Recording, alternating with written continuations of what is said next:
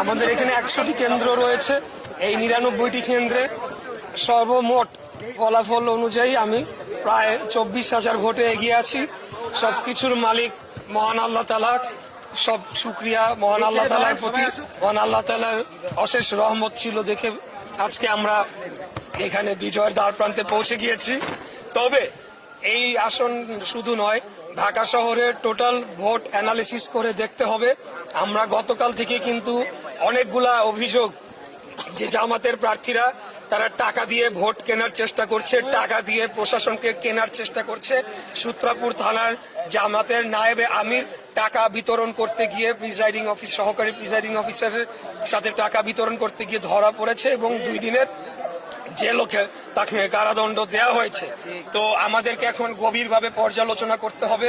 এই সরকার বরাবরই আমরা বলে আসছি তারা পক্ষপাতিত্বমূলক আচরণ করছে, জামাত এবং এনসিপির প্রতি তারা পক্ষপাতিত্ব করেছে। এই সরকারের উপরে আমাদের আগে থেকেই আমরা বলে আসছি। তো যাই হোক, আমাদের যে সারা বাংলাদেশে যে ধানের শীষের যে জোয়ার উঠেছে, সেই জোয়ারে বর্তমান সরকার, জামাত, এনসিপি সবাই মিলেও কারচুপি করে আমাদেরকে ঠেকায় রাখতে পারে নাই। আগামী দিনেও পারবেন ইনশাল্লাহ। আমরা ফলাফল পর্যালোচনা করব, কোথায় কোথায় কারচুপি হয়েছে, কিভাবে হয়েছে, বা কোথাও কোথাও ইঞ্জিনিয়ারিং হয়েছে কিনা।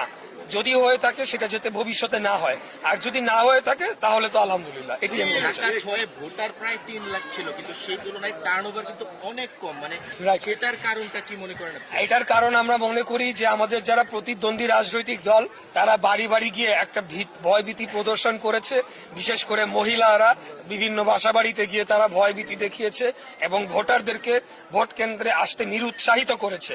বিশেষ করে আমাদের এখানে অনেক হিন্দু ধর্মাবলম্বী ভোটাররা রয়েছেন, তাদেরকে এক প্রকার ভয়ভীতি প্রদর্শন করা হয়েছে।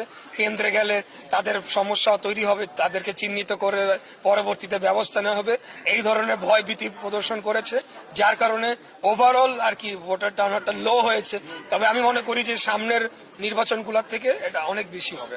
আমি শুরু থেকে বলে আসছি আমাদের এই অঞ্চলের সবচেয়ে বড় সমস্যা গ্যাসের সংকট, তীব্র গ্যাসের সংকট।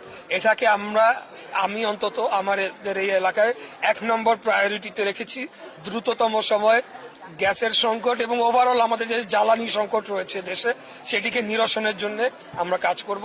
এটা আমাদের 1 নম্বর প্রায়োরিটি। বিজয় মিছিল হচ্ছে না, মানে কোনো কারণে আপনি বন্ধ রাখবেন নাকি আগামীকাল করবেন? মানে আমাদের যারা সর্বস্তরের নেতা কর্মীরা গত 2 দিন তারা ঘুমাতে পারে নাই, তারা নিরলস পরিশ্রম করেছে, তারা ভোট কেন্দ্র পর্যবেক্ষণ করেছে, সারাদিন ভোট কন্ডাক্ট করেছে এবং বিভিন্ন জায়গায় আমাদেরকে প্রতিকূল অবস্থার মুখোমুখিও হতে হয়েছে। বিশেষ করে আমরা লক্ষ্য করেছি আজকে যারা প্রশাসনের দায়িত্বে ছিল তার বড় একটা অংশ এবং সর্বপ্রকার আইন শৃঙ্খলা রক্ষাকারী বাহিনী এবং নিরাপত্তা বাহিনীর সদস্যরা বিভিন্ন জায়গায় জামাতের নেতা কর্মীদের পক্ষ অবলম্বন করেছিল। যার কারণে আমাদের নেতা কর্মীরা অত্যন্ত টায়ার্ড, তারা অনেক পরিশ্রম করেছে। তাই আজকে এখন তারা বিশ্রাম নিবে, কালকের থেকে আমাদের বিজয় মিছিল শুরু হবে।